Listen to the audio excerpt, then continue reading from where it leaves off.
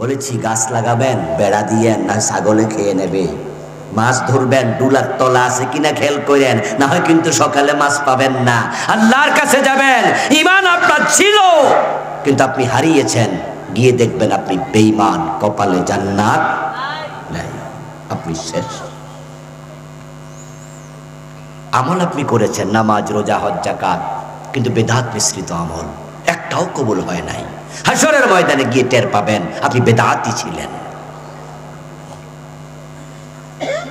আল্লাহ বলছে, কুল হাল নুনাব্বিউকুম বিল আকসারিনা আমালা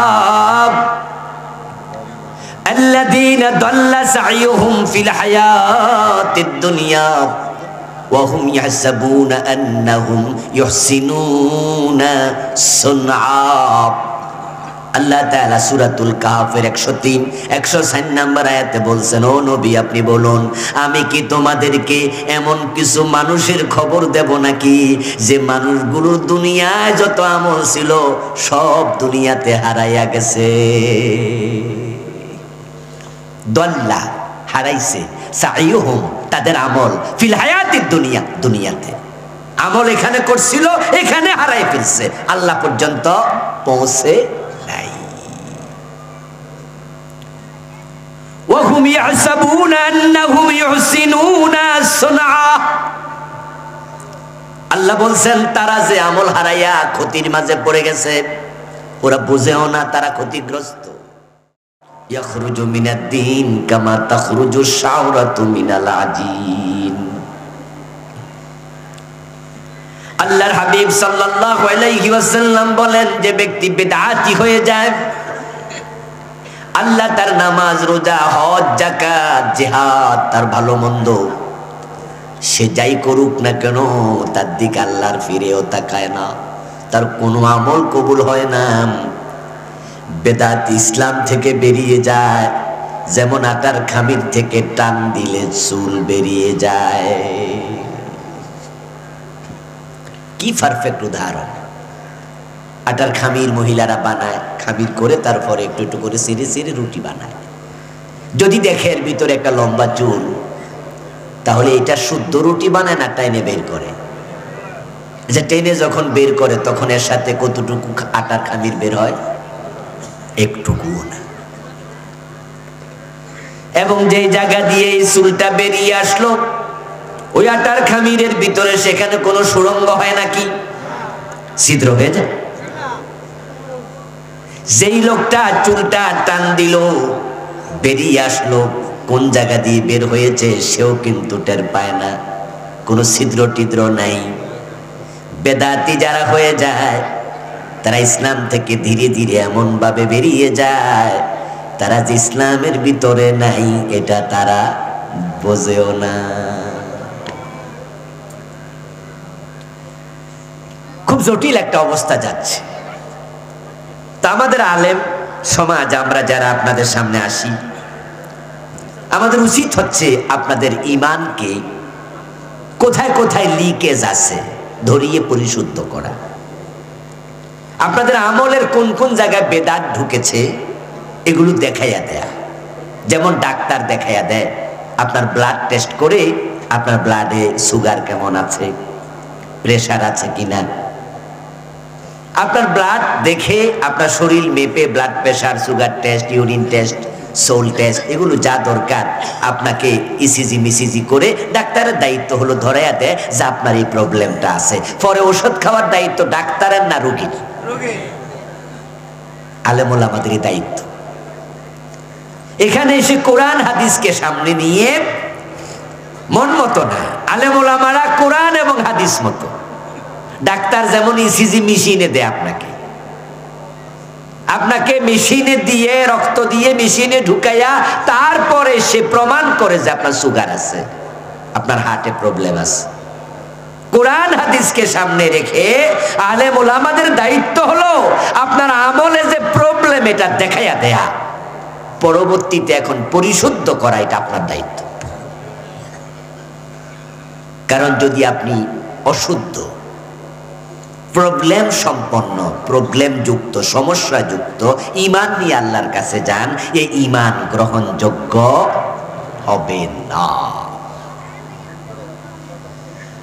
এবং কিয়ামতের আগে দুনিয়ার মানুষের মাঝে অন্ধকার রাতের আধারের মতো ফিতনা ছড়াবে। নবীজি সাল্লাল্লাহু আলাইহি ওয়াসাল্লাম 1450 বছর আগে ভবিষ্যৎবাণী করেছেন। তিনি বলেছেন, ইয়াতি আলান নাসি জামানুন, মানুষের কাছে একটা জামানা আসবে, ইয়াজতামিউনা ফিল মাসাজিদ লাইসা ফীহিম মুমিনুন, তারা মসজিদগুলোতে জামাতে নামাজ পড়বে কিন্তু একটারও ঈমান থাকবে না। রাসূল বলেন, তাকুনু বাইনা সাতে ফিতানুন, কিয়ামতের পূর্বে ফিতনা আসবে। কাকিতাইল লাইলিল মুসলিম, অন্ধকার রাতের আধারের মতো। ইউসবিহু ফিহার রাজুলু মুমিনান ফায়ুমসি কাফিরা, ওই ফিতনার যুগে মানুষগুলো সকাল বেলায় মুমিন থাকবে, সন্ধ্যা বেলায় কাফের হয়ে যাবে। কিয়ামতের আগে ফিতনা আসবে, শিরকের ফিতনা, কুফরির ফিতনা, চারদিক থেকে আসবে। অন্ধকার রাতের আধার যেমন আসে, সূর্য ডুবেছে, আধার চারদিক থেকে ধেয়ে আসে, অনুরূপ আসবে। রাসূল উদাহরণ দিছে।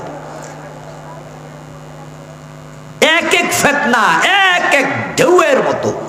ঢেউ যেমন এসে, আপনারা বঙ্গোপসাগরে যারা গেছেন গোসল করার জন্য যখন নামছেন, তখন ঢেউ যখন আসে তখন যে কয়জন থাকে কয়জন রেক তীরের দিকে ধাক্কা মারে, এমন ফিতনা আসবে। এক ফিতনা লাখ লাখ করে লোকের ঈমান কেড়ে নিয়ে যাবে। এক এক ফিতনা কোটি লোক ঈমান হারা হয়ে যাবে। আজ থেকে 20 বছর আগে আমরা যখন পড়াইছি, আর 30 বছর আগে পড়ছি, আপনারা এখানে আমার সমবয়সী সিনিয়ররা অনেকে আছেন, আমাদের সিলেবাসে ধর্ম যার যার উৎসব সবার, এই স্লোগানটা 20 বছর আগে ছিল না। এটা আওয়ামী লীগ সরকার যখন এইবার গত 15 বছর তো ক্ষমতায় ছিল, এইবার যখন তারা ক্ষমতায় আসছে, তারা শুরুর দিকে এটা আমাদের প্রাইমারি সিলেবাসে ঢুকাইছে। হঠাৎ করে উনাদের নেত্রী কোনো একদিন বলল যে ধর্ম যার যার উৎসব সবার। উনি তো হিন্দুদের মন্দিরে যেতেন, যা যেতে পারে, রাষ্ট্রপ্রধান যারা, এমপি মন্ত্রী যারা, তারা তাদের সকল প্রজাদের খবর নেবে। ইসলামে এটা আছে, আমরা মানা করব না। কারণ যারা এমপি মন্ত্রী হবে তারা হিন্দুদের মন্দিরে যাবে, বৌদ্ধদের পেগোডায় যাবে, খ্রিস্টানদের চার্চে যাবে, মুসলমানদের মসজিদে যাবে, মসজিদে যাবে ইবাদত করার জন্য, আর অন্য গুলাতে যাবে নিরাপত্তা দেওয়ার জন্য। কিন্তু নিরাপত্তা দিতে যাইয়া এমন কথা কইছে যেটাতে তার ঈমান শেষ। ঢাকেশ্বরী মন্দিরে গিয়ে ম্যাডাম কি বললেন? বললেন যে এবার দুর্গা দেবী গজে চড়ে স্বর্গ থেকে মর্তে নেমেছে, তাই ধান বেশি হয়েছে। আপনাদের মনে আছে কি এই কথা বলছে? আপনাদের মনে আছে? গজ মানি হাতি। হিন্দুদের ধারণা হচ্ছে দুর্গা দেবী স্বর্গ থেকে নেমে যখন পৃথিবীতে আসেন, এক এক বছর এক এক বাহনে চড়ে আসেন। যেই বছর হাতিতে চড়ে আসবে ওই বছর ধান বেশি হবে। এটা হচ্ছে হিন্দুদের ধারণা। ঠিক নেত্রী ঠিক একই কথা যাইয়া বললেন। আচ্ছা, আপনি সেখানে নিরাপত্তার জন্য গেলেন নাকি আপনি তাদের মতো আকীদার জন্য গেলেন? আজীব তো, আপনি তো মুসলিম। উনি কোন একটা প্রোগ্রামে বলে দিলেন ধর্ম যার যার উৎসব সবার, সবাই মিলে উৎসব করো দুর্গা পূজায়। আর কিছু লোক পাইসিরে পাইসিরে বই হাততালি দিল। উনার এই বক্তৃতাটা টেলিভিশনে প্রচার করলো, পত্রিকায় লিখলো, এটা সিলেবাসে ঢুকাই দিল। এখন বাংলাদেশের বাচ্চারা পড়ে ধর্ম যার যার উৎসব সবার। একটা স্লোগান ঢেউয়ের মতো ধাক্কা দিয়া কোটি কোটি লোকের ঈমান শেষ করে দিয়েছে। কারণ তার এই স্লোগানটা আল্লাহর কোরআনের সম্পূর্ণ বিপরীত, উল্টা। আমার বন্ধু, ঈমান এবং কুফর এই দুইটার পার্থক্য যদি আপনি করতে না জানেন তাহলে আপনার ঈমানটা টিকে থাকবে না। রাসূলুল্লাহ সাল্লাল্লাহু আলাইহি ওয়াসাল্লাম বলছেন, ইন্নাল আবদা লা ইয়াতাকাল্লামু বিল কালিমাতি মিন সাখাতিল্লাহি লা ইউলকি লাহা বালান ইয়াহবি বিহা ফি জাহান্নাম। নবীজি বলছেন, আল্লাহর বান্দা কখনো কখনো মুখ দিয়ে এমন কথা বলে যেই কথাটা সে গুরুত্বহীনভাবে বলেছে, সাধারণভাবে বলছে, ভেবে চিনতে অঙ্কের হিসাব করে প্ল্যান করে বলে নাই, হালকাভাবে বলেছে, কিন্তু মুখ থেকে বের হওয়া ওই কথায় আল্লাহ এত রাগ হইছে তাকে জাহান্নামের মাঝখানে ফেলে দিয়েছেন।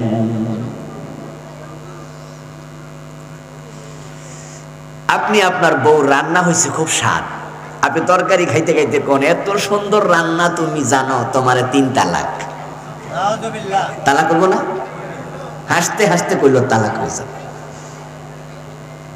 আপনি কইলেন যে হুজুর আমি তো খুশির ঠেলায় কইছি। আচ্ছা, খুশির ঠেলা দা দিয়া কোপ দিলে মানুষ মরে না, ঠিক না? কি রে, এতগুলা মানুষ কথা কয় না কেন? আরে খুশির ঠেলা কোপ দিলে গায়ে লাগবে না? কি কইলা তুমি? এটা কিসের তালাক শব্দ আসলো কেন এখানে? খুশির ঠেলা তালাক করবো, অন্য কিছু করতে পারলাম না?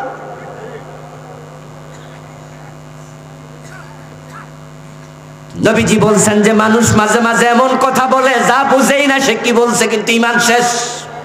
এটা কুফরি কালাম। ঈমান এবং কুফর কি এটা না বুঝলে আপনিও হাসতে হাসতে বেঈমান হয়ে যেতে পারেন। এমন কথা আপনি বলে ফেলবেন যে কথার কারণে ঈমান শেষ। এই যে ধর্ম যার যার, উৎসব সবার, এটা কেন কুফর? কারণ এটা আল্লাহর কোরআনে সূরা কাফিরুনের উল্টা। সূরা কাফিরুনের শেষ আয়াত, লাকুম দীনুকুম ওয়ালিয়া দীন। বাংলা অর্থ হলো তোমাদের ধর্ম তোমাদের, আমার ধর্ম আমার। এবার বলুন তো, হিন্দুদের ধর্ম আর মুসলমানের ধর্ম এক না আলাদা? তো আল্লাহ বলে তোমাদের ধর্ম তোমার, আমার ধর্ম আমার। তাহলে স্লোগান হবে ধর্ম যার, উৎসব তার। এটা হলো আল্লাহর দেয়ার সীমা। মুসলমানের গরু জবাব, কুরবানের গরু আমরা জবে করি, কোন হিন্দু এটাকে তার উৎসব বলে না। কোন হিন্দু কেমনে গরু জবে করেন দেখতে আসবে না? আসে নাকি? দাওয়াত দিলাই? জিজ্ঞেস করুন, ধর্ম যার যার, উৎসব সবার, তাহলে আমাদের গরু জবের উৎসবে আসো না কেন? একজন হিন্দু আসবে না। বরং জিজ্ঞাসা করলে তারা বলবে তাদের ধর্মে গরু জবে নিষিদ্ধ, তাই তারা নিষিদ্ধ কাজ করে না, দেখতেও আসে না। ঠিক এবার আমাদের ধর্মে মূর্তি পূজা জায়েজ না হারাম? ছোট হারাম না বড় হারাম? দেখতে যাও কেন? এটা উৎসব বললা কেন? আপনাদের কাছে আমার জিজ্ঞাসা, যারা জানেন তারা একটু জবাব দিয়েন। যারা হিন্দুদের মাঝে মূর্তি পূজা করছে, এই কাজ যারা করে তারা জান্নাতের দিকে যাচ্ছে না জাহান্নামের দিকে? কোন সন্দেহ আছে? তো মূর্তি পূজক যদি জাহান্নামী হয়, আপনি তাকে উৎসব বলে সামনে আগায়া কেমনে দেন? আপনার দায়িত্ব জাহান্নামে ঢুকানো না জাহান্নাম থেকে বাঁচানোর চেষ্টা করা?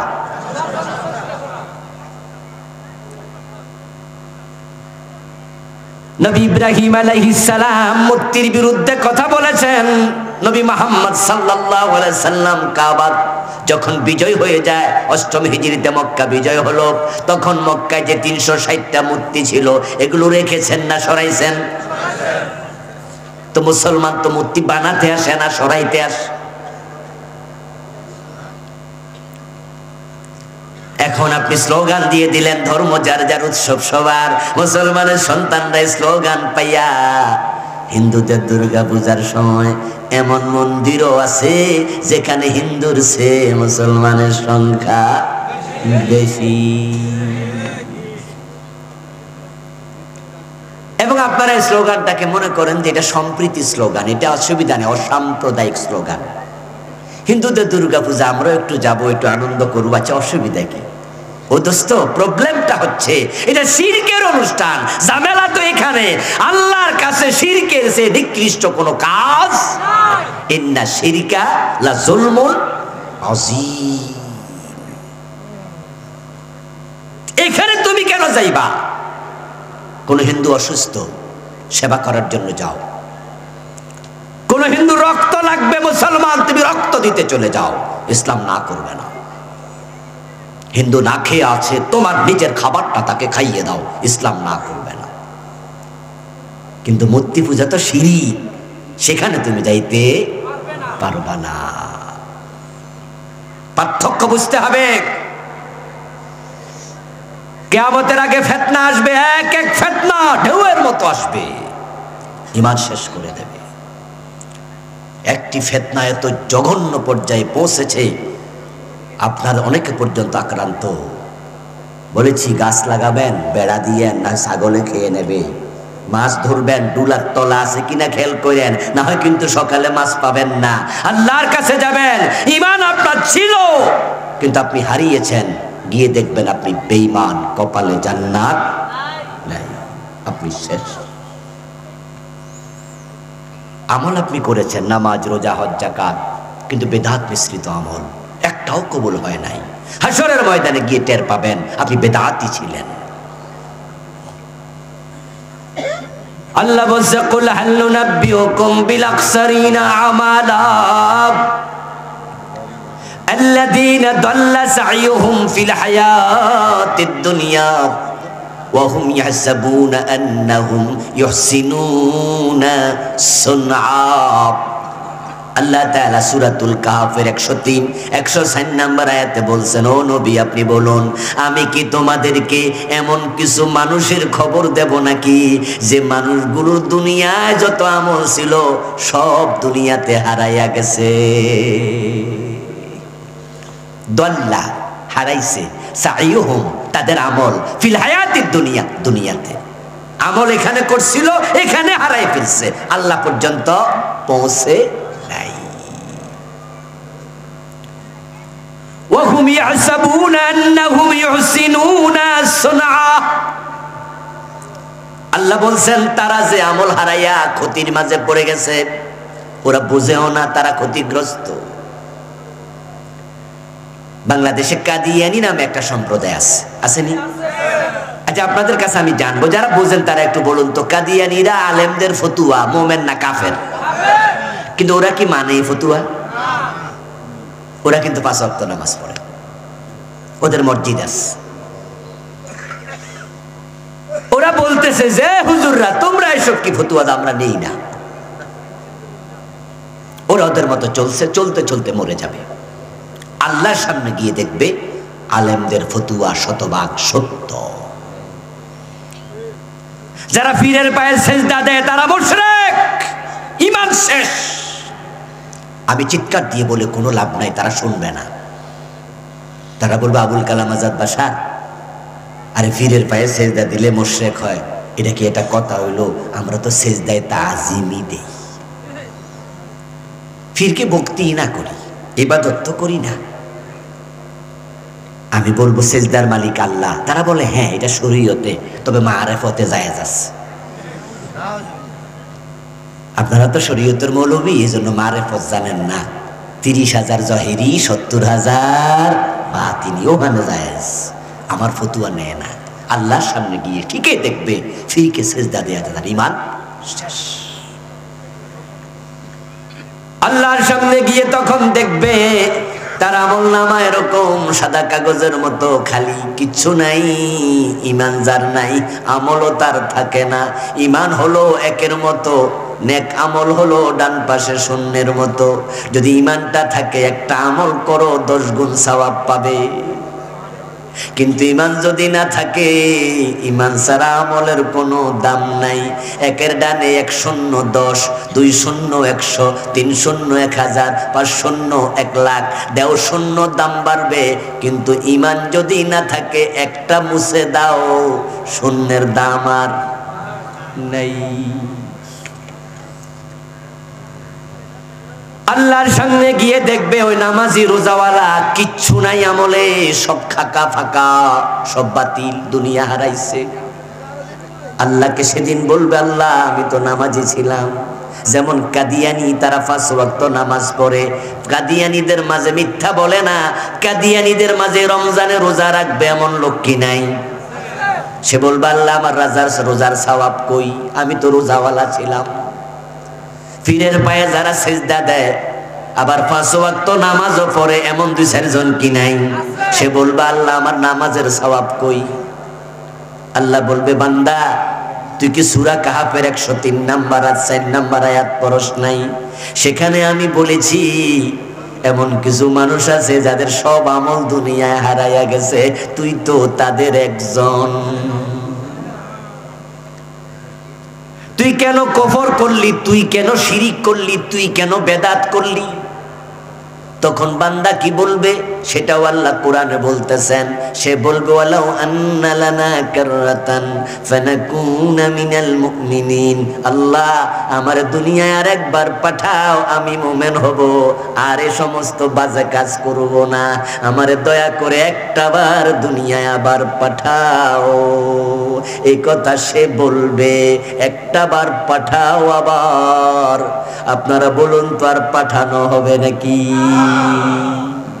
সেদিন বুঝে কোনো লাভ হবে না। বরং আল্লাহ কি বলবেন সেটাও আল্লাহ কোরআনে জানাইছেন। তিনি বলবেন খুযুহু ফাগুল্লুহু সুম্মাল জাহিমা সাল্লু, তারে ধর ও ফেরেশতারা, তারে ধর। তার 40 বছর 50 বছর 80 বছর হায়াত দিছি, তখন সে পারে নাই, এখন নাকি আরেকবার পাঠাইতাম, তারে ধর। ফাগুল্লুহু, গলার মাঝে বেরি পড়া, হাতের মাঝে হ্যান্ডকাপ, পায়ের মাঝে ডান্ডা বেরি, গলার মাঝে রশি লাগা। সুম্মাল জাহিমা সাল্লুহু, তারপর জাহান্নামের মাঝখানে ফেলে দে। সেদিন বুঝে কোনো লাভ নাই, কিন্তু আজকে বুঝলে তাওবার সুযোগ আছে না নাই? একটা স্লোগান আপনাদেরকেও বেঈমান বানাইছে, যেটা বাংলাদেশের সংবিধানের ভিতরে ঢুকছে, একবারে কুফরি শিরকি স্লোগান।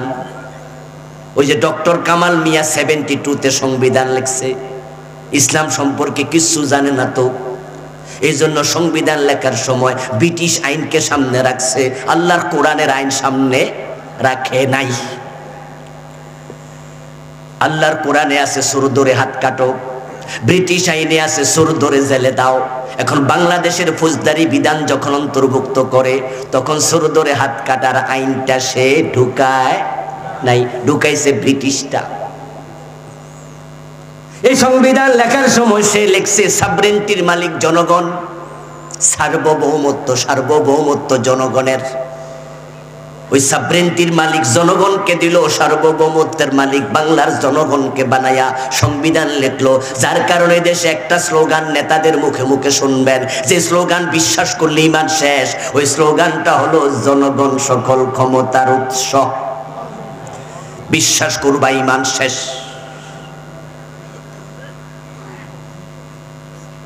এই ফিতনা 72-তে ঢুকেছে। কত লোকের ঈমান এই স্লোগান কেড়ে নিছে তার কোনো হিসাবই নাই। কারণ তোমার স্লোগান তো আল্লাহর কোরআনের উল্টা। ঈমান মানে হলো বিসমিল্লাহর বা থেকে মিনাল জিন্নাতি ওয়ান নাসের সিন পর্যন্ত এই কোরআনে যা আছে বিনা প্রশ্নে মেনে নিতেই হবে। মেনে নেয়ার নাম ঈমান। আইয়াকুলু সামিনা ওয়া আতানা, আল্লাহ কোরআন মাজিদে বলছেন মুমিনরা শুধু বলবে শুনলাম মানলাম, শুনলাম মানলাম, কোনো মাঝখানে কথা নাই, কোনো প্রশ্ন চলবে না, মানতে কোনো দেরি করলে ঈমান থাকবে না।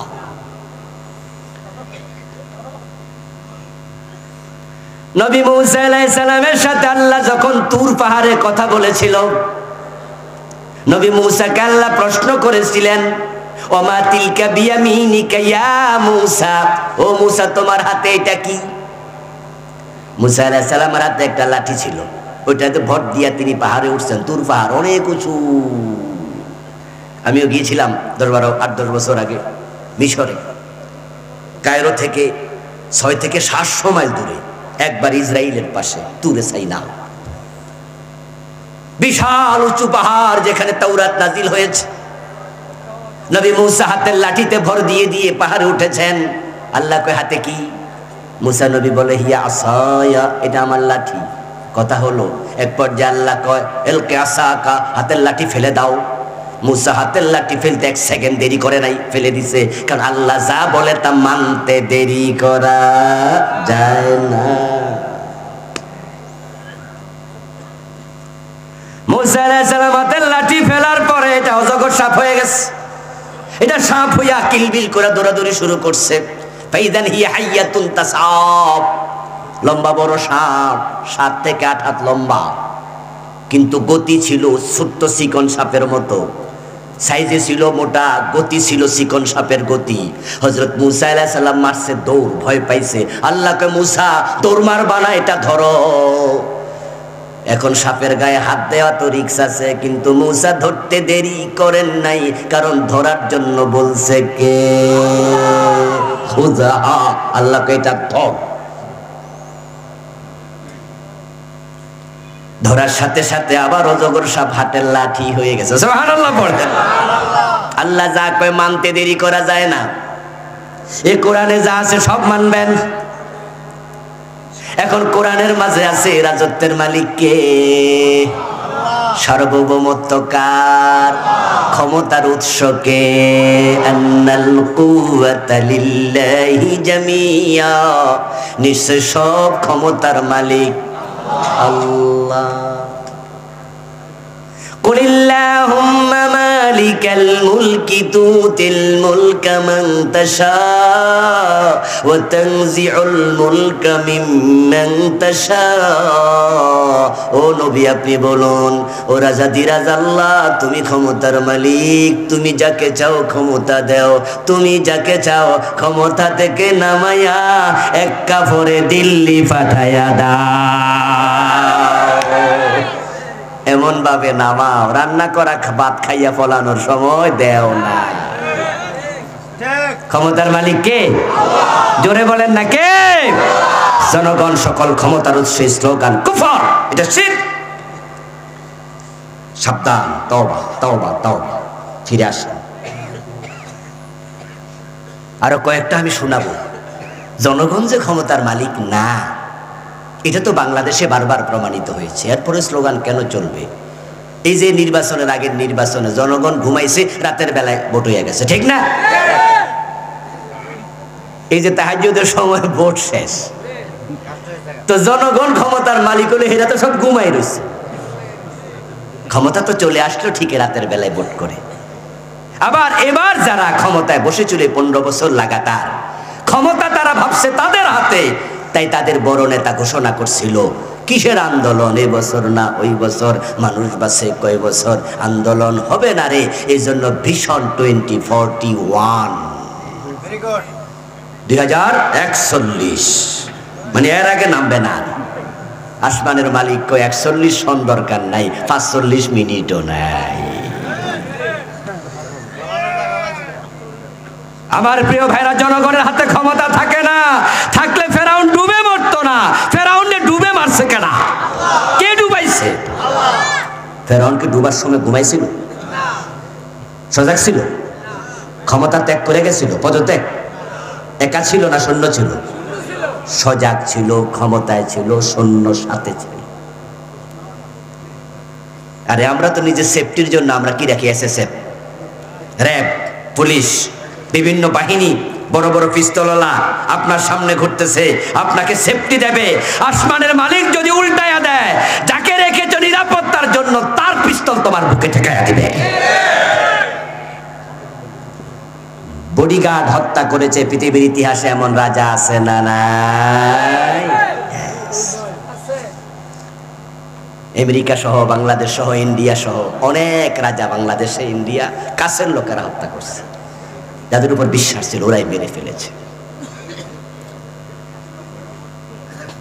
আমার প্রিয় ভাইয়ারা, যে স্লোগান ইমান বিধ্বংসী, জঘন্য স্লোগান আর একটা ছিল যেটা ঘরে ঘরে পৌঁছেছিল।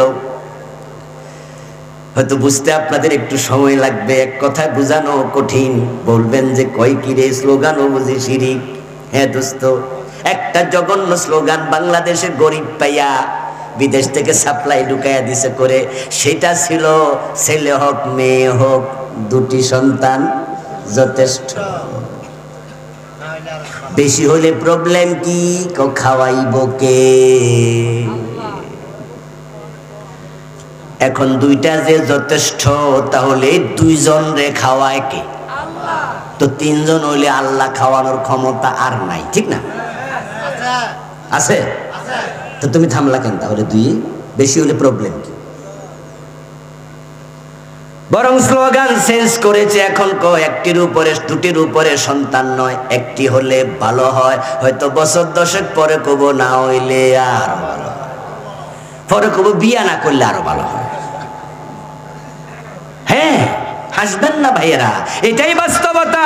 বিয়ের বিরুদ্ধে আইন হয়েছে, 18 বছরের আগে বিয়ে করা যাবে না, মেয়েদের বিয়ে দেয়া যাবে না, কিন্তু ক্লাস প্রাইমারিতে প্রেম করে ওইটা মানা করে না। ক্লাস 10-এর মাইয়া ইন্টারমিডিয়েটের ফলাইয়া যায়, তারপরে কি করে?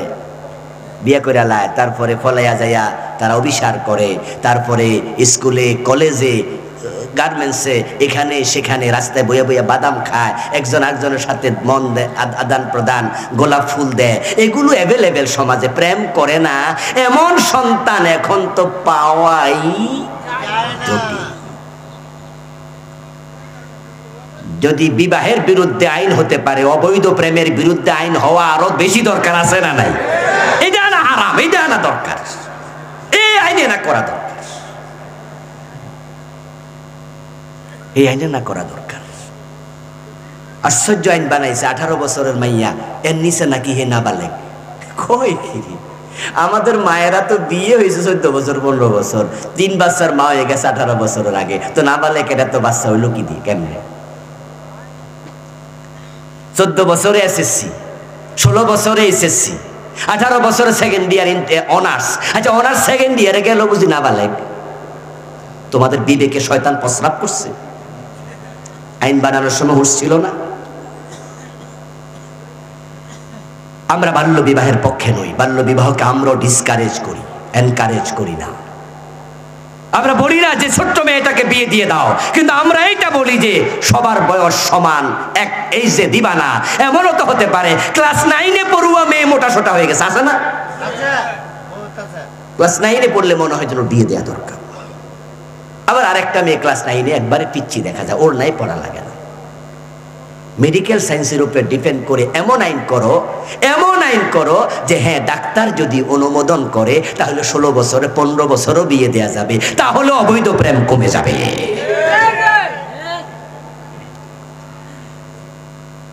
প্রিয় ভাইয়েরা, ছেলে হোক মেয়ে হোক দুটি যথেষ্ট। স্লোগানে প্রবলেম নাই, প্রবলেম হলো স্লোগান কেন? এ প্রশ্ন করলে যখন বলবে খাওয়াবে কে, তাহলে এই প্রশ্ন যার ভিতরে আছে সে তখন আল্লাহকে আর রাজ্জাক মনে করে না, ঈমান শেষ। আমাদের দেশে কুফর ঢুকেছে, শিরিক ঢুকেছে, বেদাত ঢুকেছে, সর্বাঙ্গে ব্যথা, মলম দেব কোথায়? বড় কঠিন অবস্থায় আছি। শিরিক নিয়ে আমি বই লিখছি, আমার এই বইতে বাংলাদেশে চলমান আমি 29টা শিরিক লিখছি। এখন যদি আপনার ভিতরে একটা থাকে তাই তো ঈমান শেষ। এত বড় বেলুন গ্যাস দিয়ে দিয়ে ফুলাইছেন, আধা ঘন্টা লাগাইয়া গ্যাস দিচ্ছেন। এখন এই যে বেলুনটা ফুললো, মোটা হলো, এই ফুলা বেলুনটা যদি কেউ 5টা ছিদ্র করে আর কেউ একটা ছিদ্র করে, ব্যবধান কি? ব্যবধান নাই। ঈমান ঠিক তাই। শিরিক 100 করো যে কথা, শিরিক একটা করো। কুফর 100 করো যে কথা, কুফর একটা করাও সে কথা। অঙ্কের মতো 10 লাইনের অঙ্ক, 9 লাইন ঠিক হয়েছে, 1 লাইন ভুল হয়েছে, 10-এ 0। 10 লাইনের অঙ্ক, 10 লাইনে 10 ভুল, 10-এ 0। 10 লাইনের অঙ্ক 5টা ভুল, 5 লাইন ঠিক, 10-এ 0। যে অঙ্ক করে নাই এও 0।